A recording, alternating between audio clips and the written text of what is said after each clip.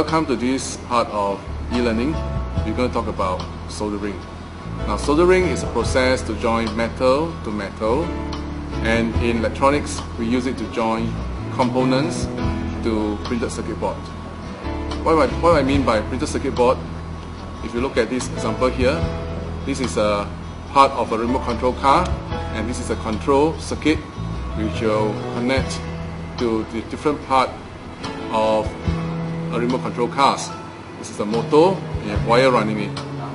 Now, inside this car you can see there's actually many components on top of the printed circuit board, and in order for the components to be held or be connected to each other, soldering, if you see all these silvery colored lump, these are actually solder, and we are learning how to do soldering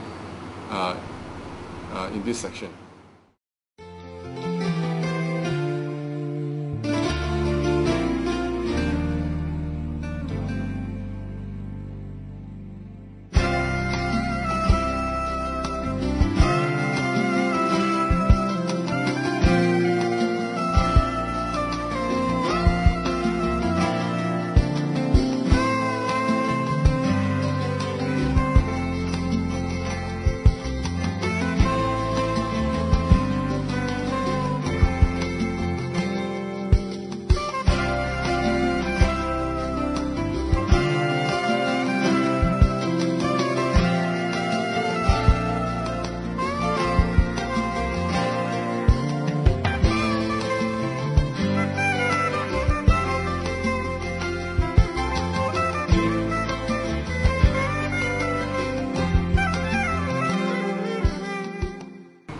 Today we'll be showing some soldering technique. First of all, let's look at the different soldering tools.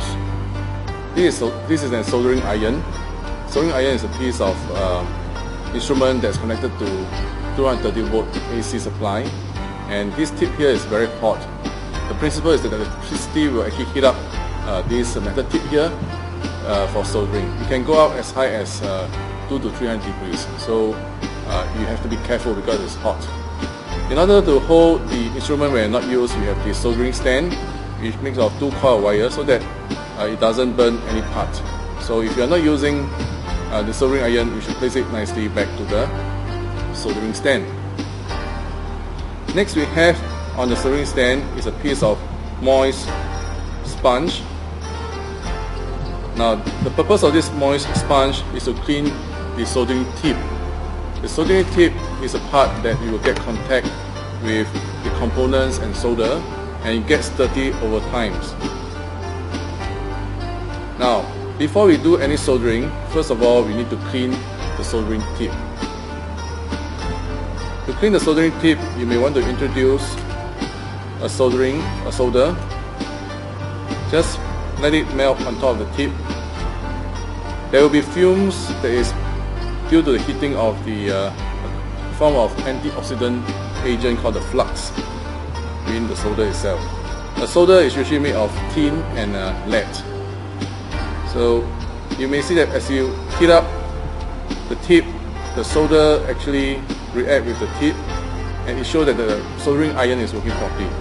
You may turn it around so that you clean up all the dust and the oxide on the tip, and you can wipe it lightly on the sponge.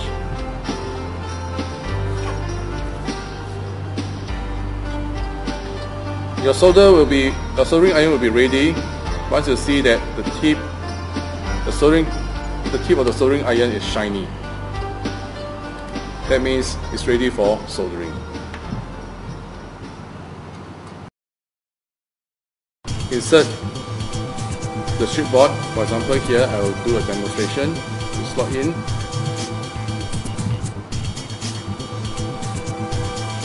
and the lead will appear at the back of the strip where the copper is. Right? The common mistake is that some students will insert it from the other way around, where the copper strip is on top, and you'll find that later on when you want to do soldering or you want to connect the lead to the copper thread, there is a problem because the copper thread is actually on the other side of the component. So the part that you should place your component is on the top and there's no copper thread.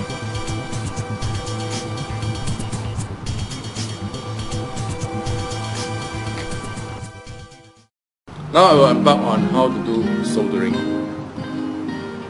Now first of all, you must ensure that the component that we are using is nicely fitted and the height is correct for soldering. We'll clean the tip until it is shiny.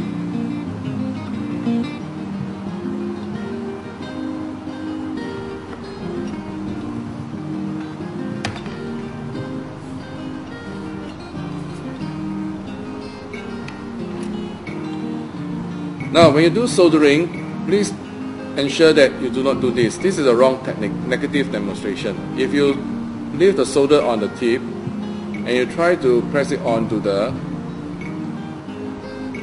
part that you want to solder, you'll find that the solder does not stick very well because both the lead and the copper thread is still cold, and in this process the solder does not react well and fuse to both the component lead and the copper thread. So the proper way of soldering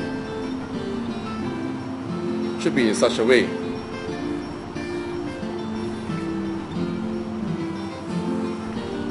Right? First you must heat up using the soldering iron, heat up both the copper thread and the component at the same time. Now when you're doing this, please take note, some components may not be able to take too long a heat. You must be able to judge on your own, because if it's too long it will be burnt. Now when you heat up for a while, you try to put the solder near to the part that you want to the lead and see whether it melts. If it melts, means it fuses nicely and you can form a nice soldering portion here. I do one more time. You heat